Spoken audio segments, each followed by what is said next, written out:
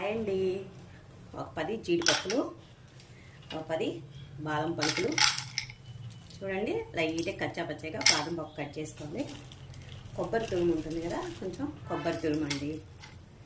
ఇలా కొబ్బరి తురుము వేసేసుకొని, మనకి కిస్మిస్ అంటారు కదా, ఎండు ఖర్జూరం, కిస్మిస్ వేసేసుకొని, కొంచెం ఇలాచీ పౌడర్ వేసేసుకొని, ఇలా మొత్తం కలిపేసేసుకొని,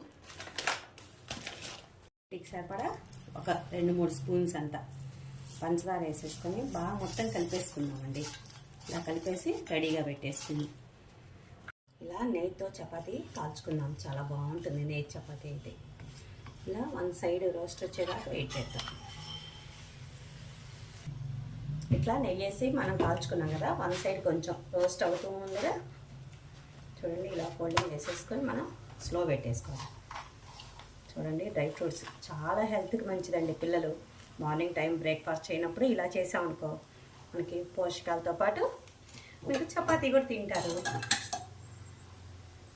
ఒక్క నిమిషం అండి, మనం నెయ్యి వేస్తాం కదా, ఇది కూడా మెత్తగా అయిపోతుంది అనమాట. అనేది పంచదార లైట్గా కరిగినట్టు అయ్యి టేస్ట్ వచ్చేసేస్తుంది.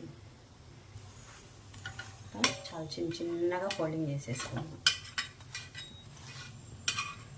రోల్లా చేసేసుకోవాలండి.